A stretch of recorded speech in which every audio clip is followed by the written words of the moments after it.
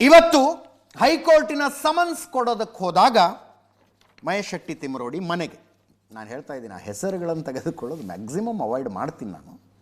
But ಸುದ್ದಿ ಹಿಂಗೆ ಬಂದಾಗ ಏನು ಮಾಡೋದಕ್ಕಾಗತ್ತೆ. ಧರ್ಮಸ್ಥಳದ ವಿರುದ್ಧ ಅಪಪ್ರಚಾರ ತಡಿಬೇಕು ಅಂತ ಹೈಕೋರ್ಟ್ಗೆ ಹಾಕಲಾದ ಅಪ್ಲಿಕೇಶನ್ನಲ್ಲಿ ಸಮನ್ಸ್ ಇತ್ತು. ಸಮನ್ಸ್ ಸರ್ವ್ ಮಾಡೋದಕ್ಕೆ ಹೋದಾಗ ನಮ್ಮ ಕರ್ತವ್ಯಕ್ಕೆ ಅಡ್ಡಿ ಮಾಡಿದ್ರು ಅಂತ ಒಂದು ಆರೋಪ ಬಂದಿದೆ. ವಕೀಲರು ಮಾಡ್ತಾ ಇದ್ದಾರೆ. ಯೂಟ್ಯೂಬ್ಗಳಲ್ಲಿ ಬಾಯಿಗೆ ಬಂದಂಗೆ ಮಾತಾಡಬೇಡಿ ಅನ್ನುವ ಆರ್ಡರ್ನ ವಿವರಗಳನ್ನು ತಲುಪಿಸೋದಕ್ಕೆ ಹೋದಾಗ ದೃಶ್ಯಗಳನ್ನು ನೋಡಿ ಒಂದ್ಸಲ.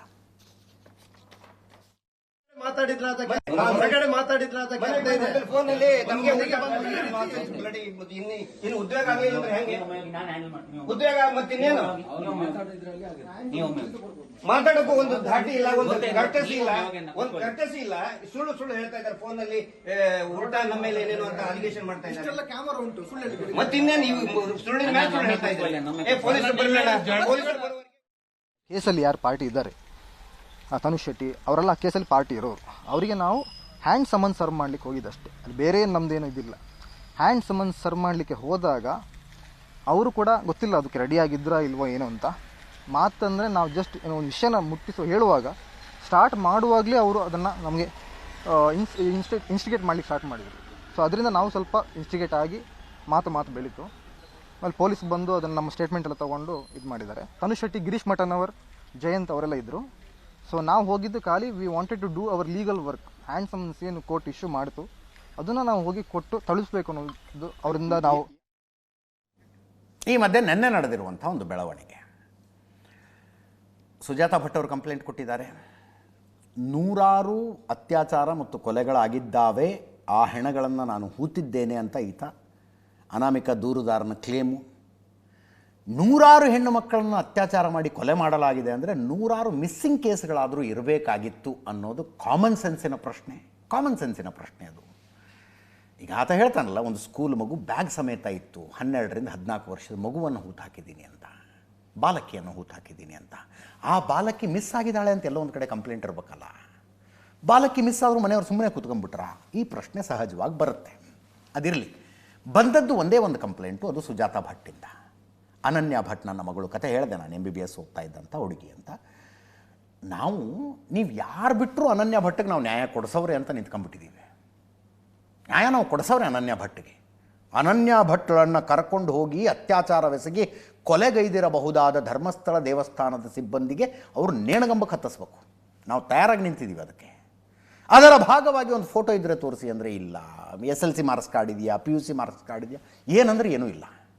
ಹೋಗಲಿ, ಮಣಿಪಾಲ್ ಕಾಲೇಜಿಗೆ ಹೋಗಿ ಅಲ್ಲಿ ಚೆಕ್ ಮಾಡಿದ್ರೆ ಅನನ್ಯ ಭಟ್, ಡಾಟರ್ ಆಫ್ ಅನಿಲ್ ಭಟ್ ಅನ್ನೋ ಸ್ಟೂಡೆಂಟೇ ನಮ್ಮಲ್ಲಿ ಇರಲಿಲ್ಲ. 2003 ಶಿ ಕ್ಲೇಮ್ಸ್. 98ಇಂದ 2005 ತನಕನೂ ಆ ಸ್ಟೂಡೆಂಟ್ ಇರಲಿಲ್ಲ ಅಂತಾರೆ ಅವರು. ಅದನ್ನು ಕೇಳಿದಾಗ ಕೇಳಬೇಕು ಅಂದರೆ she was missing. Sujata Bhat ವೃದ್ಧೆ, ಕರುಳಿನ ಕೂಗು, ಅವರ ಕರುಳಿನ ಕೂಗು ನಮಗೆ ಅರ್ಥ ಆಗುತ್ತದೆ. ಅಂತ ನೋಡಿ, ಮಗಳನ್ನು ಕಳ್ಕೊಂಡು ಹಿಂಗೆ ಅಲದಾಡೋದು ಅಂತಂದರೆ ಕಣ್ಣೀರು ಹಾಕ್ತಾರೆ ಅವ್ರು ಪಾಪ. ನಾಪತ್ತೆ ಆಗಿದ್ದಾರೆ ಅಂದರೆ ಇದ್ದಲ್ಲಿಂದ ಒಂದು ವಿಡಿಯೋ ಮಾಡಿದ್ರು ಅವರು. ನಾನು ಎಲ್ಲಿರಬೇಕು ಅಲ್ಲಿದ್ದೀನಿ, ಯಾರ ಜೊತೆ ಇರಬೇಕು ಅವ್ರ ಜೊತೆಗಿದ್ದೀನಿ ಅಂತ. ಅವ್ರು ಎಲ್ಲಿ ಅನ್ನೋದು ಜನರಿಗೆ ಗೊತ್ತಾಯಿತು, ಯಾರ ಜೊತೆಗೆ ಅನ್ನೋದು ಜನರಿಗೆ ಗೊತ್ತಾಯಿತು. ಅದಾದ ಮೇಲೆ ಫೋಟೋ ಅಂತಿದ್ರಲ್ಲ, ಶಿ ಗೇವ್ ಅ ಫೋಟೋ. ಕೇಳಿಸ್ಕೊಳ್ಳಿ, ನೋಡಿ ಅದನ್ನೊಂಥರ. Ananya Bhat photo first time revealed. Sujata Bhat ತೋರಿಸ್ತಾರೆ ಅದನ್ನ. ಅವರ ವಕೀಲರು ಕೂತ್ಕೊಂಡು ಕೇಳ್ತಾರೆ, ಫೋಟೋ ಎಲ್ಲಿ ಅಂತ. ಕೇಳಿಸ್ಕೊಳ್ಳಿ. ಇದೇ ಫೋಟೋ ಇದೆ.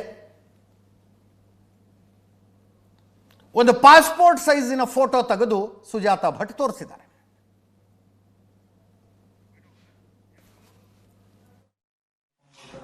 ಮೇಡಮ್ ನಮಸ್ತೆ. ಮೇಡಮ್ ನಿಮ್ಗೆ ಗೊತ್ತಿರ್ಬೋದು, ಇವ್ 3-4 ದಿನದಿಂದ ತುಂಬಾ ಅದು ಇದು ಏನೇನೇನೇನೋ ಟಿವಿಲಿ ಬರ್ತಾ ಇದೆ. ಬಟ್ ನಾ ಎಲ್ಲದಕ್ಕೂ ನಿಮಗೆ ಕ್ಲಾರಿಫಿಕೇಶನ್ ಕೇಳಕ್ ಬಂದಿಲ್ಲ. ಮೇಡಮ್, ಜನಗಳು ಕೇಳ್ತಾ ಇದ್ದಾರೆ ಅಥವಾ ಇದು ಕೇಳ್ತಾ ಇದ್ದಾರೆ, ಒಂದು ನಿಮ್ಮ ಮಗಳ ಬಗ್ಗೆ ಅದೊಂದು ಅದು ಯಾರೋ ಈ ಮಗಳನ್ನ ಅನನ್ಯ ಭಟ್ಟನು ಇಲ್ಲ ಹಂಗೆ ಅಂತ. ನನ್ನೊಂದು ರಿಕ್ವೆಸ್ಟ್ ಅಂದ್ರೆ, ನೀವು ಫೋಟೋನ ಒಂದ್ಸರಿ ಪಬ್ಲಿಕ್ ತೋರಿಸ್ಬೋದಾ ಅಂತ. ಆಯ್ತು, ತೋರಿಸ್ತೀನಿ, ತೋರ್ಸಲ್ಲ ಅಂತ ಹೇಳಲ್ಲ. ಆದ್ರೆ ನಾನು ತೋರಿಸಿದ್ರೆ ನನ್ನ ಮಗಳನ್ನ ವಾಪಸ್ ತಂದು ಕೊಡ್ತಾರ ಅನ್ನುವಂತ ಒಂದು ಪ್ರಶ್ನೆ ಇದೆ ನನ್ನ ಹತ್ರ. ಅವ್ರು ತಂದು ಕೊಡ್ತಾ ಇರೋದ್ರೆ ನಾನು ಪ್ಲೇ ಮಾಡಬಹುದು, ಅವ್ರು ತಂದು ಕೊಡಲ್ಲ. ಆದ್ರೂ ನಾನು ಅವರ ಒಂದು ನನ್ನ ಹಿತೈಷಿಗಳ ಮೇರೆಗೆ ನಾನು ಒಂದು ಫೋಟೋವನ್ನ ನಾನು ಕೊಡ್ತೀನಿ. ಬೇರೆ ವಿಷಯಗಳಿಗೆ ಹೋಗೋದಿಲ್ಲ ಅಂದರು ವಕೀಲರು. ಯಾಕೆ ಹೋಗೋದಿಲ್ಲ ಅಂದರು ನನಗೆ ಗೊತ್ತಿಲ್ಲ. ಫೋಟೋ ತೋರಿಸಿ ನನ್ನ ಮಗಳನ್ನು ತಂದು ಕೊಡ್ತೀರಾ, ತಂದು ಕೊಡೋದಕ್ಕೆ ಆಗೋದಿಲ್ಲ ಅಂತನೂ ಅವರೇ ಅಂದರು. ಸೌಜನ್ಯ ಹೋರಾಟ ಮಾಡಿದರೂ ಸೌಜನ್ಯ ವಾಪಸ್ ಬರೋದಿಲ್ಲ ರೀ. ವಾಪಸ್ ಬರ್ತಾಳ ಸೌಜನ್ಯ? ಬರೋದಿಲ್ಲ. ಆದರೆ ತಪ್ಪಿತಸ್ಥರಿಗೆ ಶಿಕ್ಷೆ ಆಗಬೇಕು, ಹೋರಾಟದ ಗುರಿ ಅದು.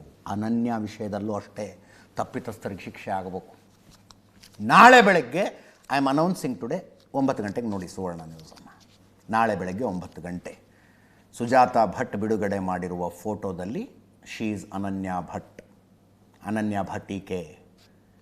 ನಾಳೆ ಬೆಳಗ್ಗೆ 9 ಗಂಟೆಗೆ ಸುವರ್ಣ ನ್ಯೂಸ್ ನೋಡಿ, ಮಿಸ್ ಮಾಡ್ಕೋಬೇಡಿ ಇದನ್ನು.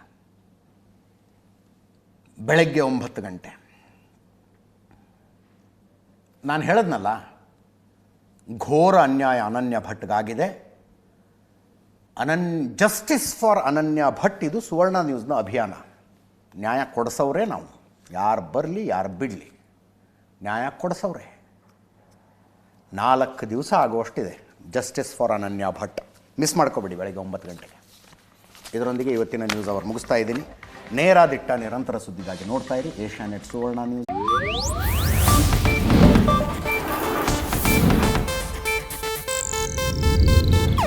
ಇದು ಏಷ್ಯಾನೆಟ್ ನ್ಯೂಸ್ ನೆಟ್ವರ್ಕ್ ಪ್ರಸ್ತುತಿ.